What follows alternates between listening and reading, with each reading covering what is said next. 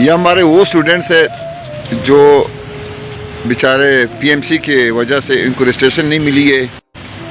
अब अपनी मदद आप काम कर रहे हैं, यानी अगर इनको रजिस्ट्रेशन नहीं मिलेगी और ये आगे नहीं पढ़ पाएंगे तो ये डॉक्टर नहीं बनेंगे। तकरीबन 600 के करीब स्टूडेंट्स है जो हमारा फ्यूचर है, मगर ये आप देखें कितनी सर्दी है कि अपने बर्फ़ भी हटा रहे हैं और आग भी गर्म कर रहे हैं, मगर गर्म नहीं हो पा रहे।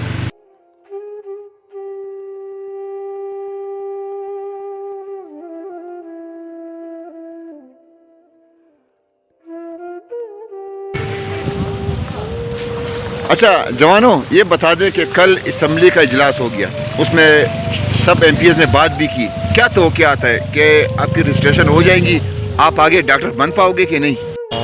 कल जो है अपोजिशन लीडर ने, जितने भी अपोजिशन लीडर थे असम्बली में, उन लोगों ने हमारे हक़ में बात की थी कि मतलब जो पीएमसी है, पहले तो ये था कि स्पेशल एग्ज़ाम जो है कि गैर आइनी और गैर कानूनी टेस्ट था, वो 13 जनवरी को जो है वो कैंसिल हुआ था। लेकिन उसमें ये लिखा गया था कि ये स्टूडेंट ना के रजिस्टर होंगे, ना कि जो है वो प्रोविजनल लाइसेंस उनको मिलेगा, और मतलब किसी चीज़ के काबिल नहीं रहेंगे। तो इसमें सिर्फ इतना हुआ कि जो स्पीकर साहब हैं या डिप्टी स्पीकर साहब ने, उन्होंने बालसा हुकूमत को रोलिंग दी और सख्ती से जो है पाबंद किया था कि मसले को जल्द से जल्द हल किया जाए। तो हम भी अभी तक उसी उम्मीद में बैठे हैं कि शायद कुछ ना कुछ हो जाए।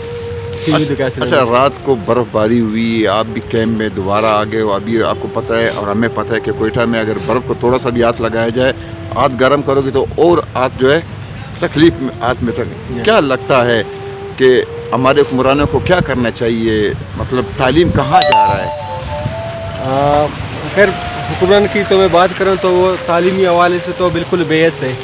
वैसे बलूचिस्तान लेवल पे देखा जाए तो एक तो ये है कि पूरे बलूचिस्तान में जो है पसमानदा इलाके हैं, जैसे आवारन हो गए, खारान हो गए, या कि दूसरा एक किला सैफुल्ला जो बरनाई वगैरह हम देखें तो, बल्कि पूरा ओवरऑल बलूचिस्तान देखें तो अफसोस की बात यह है कि बजाय इसके कि वो अपने इलाकों में, अपने स्कूलों में या डिग्री कॉलेज है वहाँ पढ़े, यहाँ पे एकेडमी में यहाँ पे कमरे किराए के कमरे लेके पढ़ते हैं, और इन्हीं जगहों से जो है वो फारिग करके एंट्री टेस्ट दे के फारिग होते हैं, और यही जो है स्टूडेंट मेडिकल कॉलेज में दाखिला होते हैं और 4 साल बाद इन्हें यही कहा जाता है कि आप रजिस्टर नहीं निकाल दिया जाएगा। तो यहाँ पे जो है हुक्मरानों की बिल्कुल बेइज्जती नज़र आती है। अच्छा, मुझे लगता है पहले दरअसल हमें 3 सूबे बोलते थे कि आप बलूचिस्तानी अनपढ़ हो, आप पढ़े लिखे नहीं हो, आपको पढ़ना नहीं आता है।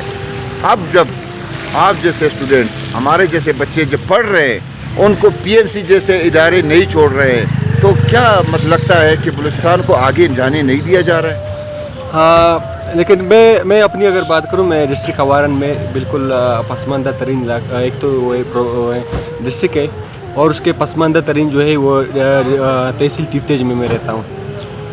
तो वहाँ पे जो मेरे वालिद ने मुझे पढ़ाया, मेरे वालिद जो हैं खेती बाड़ी करते हैं, मेरी वालिदा जो है वो अनपढ़ है, पढ़े लिखे नहीं हैं, लेकिन उसके बावजूद उसे तालीम का जो है वो इतना पता था कि तालीम क्या चीज़ है।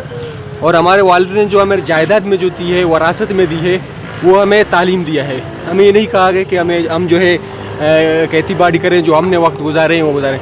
लेकिन यहाँ जो स्टूडेंट है वो पढ़ना चाहते हैं, लेकिन हुकूमत जो है वो भी ऐसी दिखा रही है। हुकूमत जो है उनको साथ लेके नहीं चल रहा। अगर हुकूमत में मैं बलूचिस्तान हुकूमत को थोड़ा सा साइड पे निकालूँ और वफाक की बात करूँ, तो मेरे ख्याल से तो 75 से 95% तक वफाक नहीं चाहती कि बलूचिस्तानी पढ़े।